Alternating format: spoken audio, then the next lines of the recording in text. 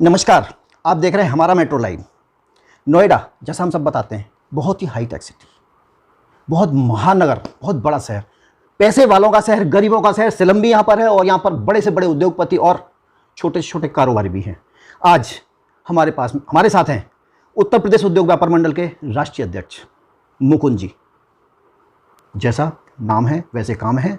जैसा मैंने आपको बताया, उद्योग का केंद्र है नोएडा। आज उस केंद्र में क्या कहना है मुकुंद जी का, क्योंकि आप अध्यक्ष हैं, राष्ट्रीय अध्यक्ष हैं उत्तर प्रदेश उद्योग व्यापार मंडल के, क्योंकि यहाँ ये समस्याएं उत्पन्न होती रहती हैं समय समय पर उद्योग को लेकर के। नमस्कार। नमस्कार।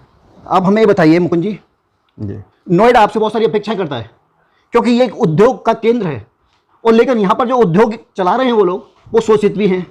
आपका क्या कहना है?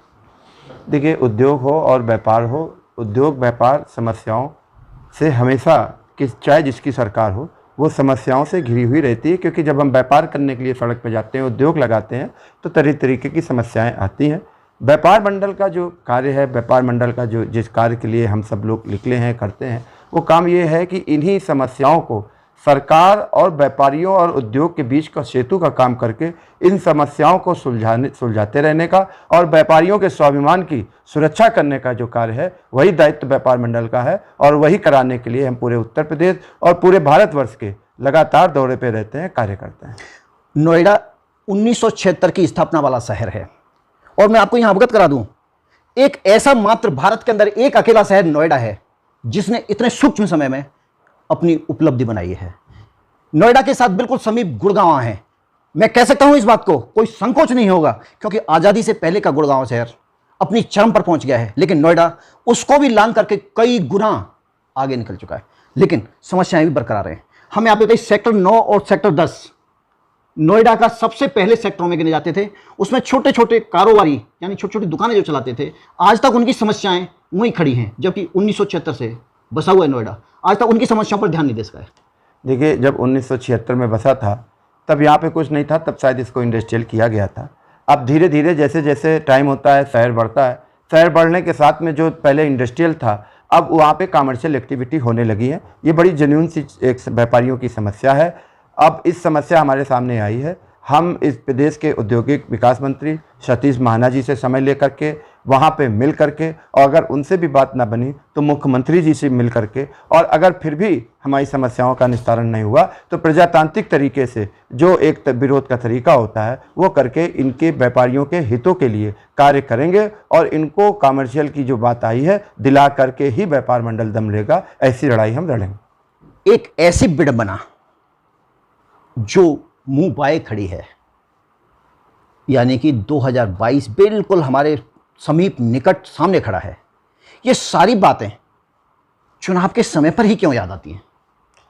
देखिए, चुनाव के समय क्या याद आती है, ये हमारा व्यापार मंडल का, हम तो इसमें ये मानते हैं कि कहीं ना कहीं एक हमारी भी कमी है, क्योंकि इसको कंटिन्यूअस उठाने का बात थी। आज जैसे हम आए हैं, सब लोगों ने इस समस्या को उठाया है, अब हम इसको कंटिन्यूअस उठाएंगे। और जो मौजूदा सरकार है वो व्यापारियों को लेकर के हमें चिंतित भी दिखती है, क्योंकि कोरोना के टाइम पे भी जब हमने मुख्यमंत्री से 2 बार समय मांगा तो उन्होंने समय दिया।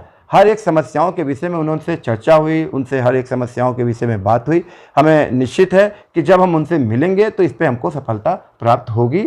और रही बात चुनाव की, कोई ना कोई चुनाव तो अपना लोकतंत्र है, कोई ना कोई चुनाव, जैसे ही अभी विधानसभा से ख़त्म होगा तो नगर निगम चालू हो जाएगा, नगर निगम खत्म होगा तो लोकसभा चालू हो जाएगा।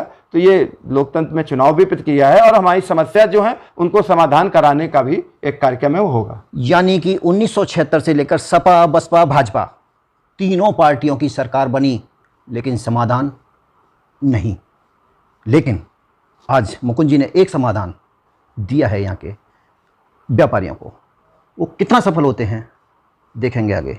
मुकुंद जी, अंत में आप हमें बताइए, यहाँ के व्यापारियों के लिए क्या संदेश देना चाहते हैं? देखिए, संगठित रहें।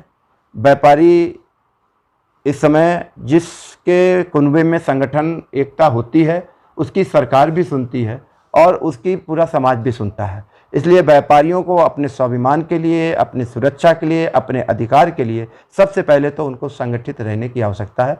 आपके माध्यम से हाँ, सारे व्यापारियों से अपील करते हैं कि एक तो कोरोना का समय चल रहा है और सबसे ज़्यादा जो इफेक्टेड रहता है वो व्यापारी समाज रहता है। इसलिए अपने प्रतिष्ठानों में, चाहे हमारे कारखाने हों, चाहे हमारे दुकानें हों, अपनी प्रतिष्ठानों में खुद को वैक्सीनेट रखें, अपने सारे कर्मचारी पल्लेदार लेबरों के परिवार की भी चिंता करें, सबको वैक्सीनेशन कराने का कार्य करें, क्योंकि जब कोरोना मुक्त होगा तभी हमारे व्यापार पुराने समय के अनुसार चल पाएंगे। तो एक तो आपके माध्यम से ये संदेश देना चाहते हैं कि खुद भी वैक्सीनेट हों और अपने कर्मचारियों को भी। सरकार की विडंबना तो देखिए, मार्च 2020 में लॉकडाउन लगा था और उसके बाद अच्छे से अच्छे, बड़े से बड़े और छोटे से छोटे उद्योग भी बंद रहे।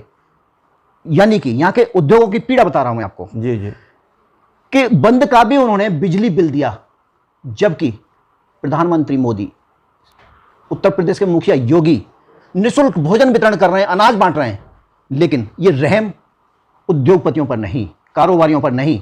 जबकि सरकार को यह भी चाहिए था कि उनके ऊपर एक रहम करते हुए कम से कम 2 महीने का बिजली का बिल माफ करती। आपका क्या कहना है? बिल्कुल, बहुत जेन्युइन मांग है। हमने ये मांग उठाई थी। अभी हमारा जो प्रांतीय चुनाव वृंदावन में होना है 7-8 तारीख को, बिजली मंत्री श्रीकांत शर्मा जी उसमें आ रहे हैं और ये समस्याओं को लेकर के, ये बात को लेकर के हम पूरा व्यापारी समाज उनसे बात करेगा, क्योंकि वो एक ऐसा प्लेटफॉर्म वृंदावन में होने जा रहा है, व्यापारी महाकुंभ होने जा रहा है, जिसमें पूरे प्रदेश के हर एक छोटी से छोटे तहसील का व्यापारी प्रतिनिधि वहाँ पे आने वाला है और वहाँ पे इस प्रदेश के ऊर्जा मंत्री भी आ रहे हैं। इस मांग को व्यापार मंडल लड़ाई पहले भी लड़ता रहा है और उसमें उठाएगा और जो कुछ राहत हो सकेगी वो दिलाने का कार्य करेगा। धन्यवाद मुकुंद जी, आपने अपना बड़ा कीमती समय दिया। नोएडा आगमन पर आपके यहाँ के व्यापारियों ने आपका बहुत जोरदार स्वागत किया। मैं देख रहा हूँ आपके पास में गले में अंग वस्त्र पड़ा हुआ है। आपके कहते हैं ना, राधे राधे कहना होगा, वृंदावन में रहना होगा, या ये कहें वृंदावन में रहना होगा तो राधे राधे कहना होगा। अब कुछ भी हो, उद्योगपति लुटें पिटें कुछ भी हों, लेकिन सरकारें बदलती रहें कुछ भी हों, लेकिन शोषण व्यापारियों का निरंतर ऐसे ही चलता रहेगा। बिल्कुल नहीं चलेगा। हमारा व्यापार मंडल का कार्य है, जहाँ जहाँ व्यापारियों का शोषण रहेगा व्यापार मंडल वहाँ पे खड़ा रहेगा। हम इसी के लिए निकले हैं, इसी संकल्प के लिए निकले हैं और इस संकल्प को पूरा करके ही निकलेंगे कि व्यापारियों को जो भामाशाह की सेठ जी की पहले उपाधि थी, जिसको कुछ सरकारों ने कर चोर, मिलावटीखोर के रूप में प्रस्तुत किया था, हमारा व्यापार मंडल का संघर्ष उसको पुनः लाला जी भामाशाह के रूप में स्थापित करने का है और वो करके लेगा। हम बिल्कुल वो करके अपना सम्मान वापस लेंगे। इसीलिए इस जुनून के साथ में हम सब लोग निकले हैं। ये थे मुकुंद जी हमारे साथ। आपका दायित्व मैंने बताया। मैं राजकुमार अग्रवाल, नोएडा से। हमारा मेट्रो लाइव के लिए समय समय पर आपके लिए इसी तरह की वार्ताएं लाता रहता हूँ। नमस्कार। नमस्कार।